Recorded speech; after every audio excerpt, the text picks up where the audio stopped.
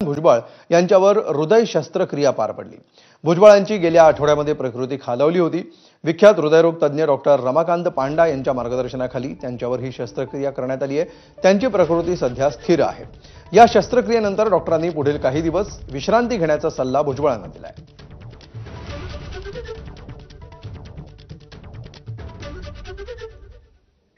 तर उपमुख्यमंत्री अजित पवारांनी सोशल मीडियावरून भुजबळ लवकर बरे होत यासाठी शुभेच्छा दिल्या आहेत।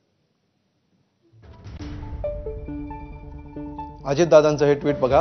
आमचे सहकारी आणि अन्न नागरी पुरवठा आणि ग्राहक संरक्षण मंत्री माननीय श्री छगन भुजबळजी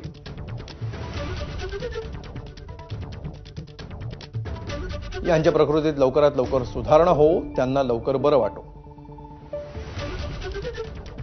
तसंच ते पुन्हा जोमानं जनकल्याणाच्या कामात कार्यरत होत ही सदिच्छा।